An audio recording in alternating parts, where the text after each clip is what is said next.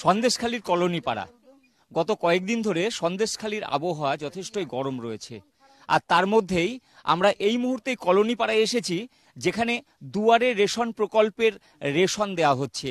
বহু মহিলা এই এলাকার, তারা এই দুয়ারে রেশন যে প্রকল্পের জন্য যে চাল দেওয়া হচ্ছে সেখানে তারা পৌঁছিয়েছেন, এবং রেশন দপ্তরের রেশন দোকানের থেকে যারা এসেছেন তারা তাদের মেশিনে আঙুলের ছাপ নিচ্ছেন, তারপর বায়োমেট্রিক মেশিনে আঙুলের ছাপ নিচ্ছেন, এবং তারপর রেশনের যে চাল সেই চাল মেপে তাদের হাতে তুলে দিচ্ছেন।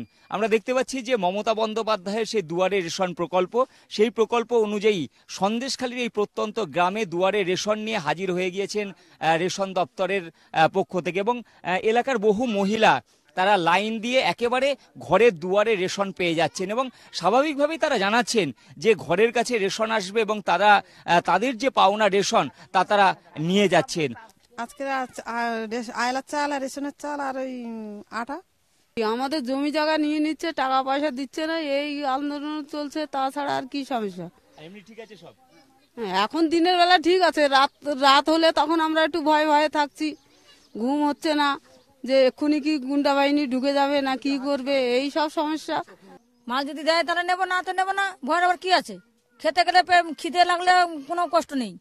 অবশ্য বর্তমান যে সন্দেশখালীর যে গরম আবহাওয়া সেই সম্পর্কে অবশ্য তারা ততটা, তাদের যে বক্তব্য যে রেশন যখন দিচ্ছে তখন তো তারা নিতে আসবে, এবং তারা সেই মতোই এই শিবিরে এসেছেন রেশন গ্রহণের জন্য। ক্যামেরায় সঞ্জুদের সঙ্গে সুমিত দে ও বিকাশ ঘোষ, বাংলা জাগো, সন্দেশখালী।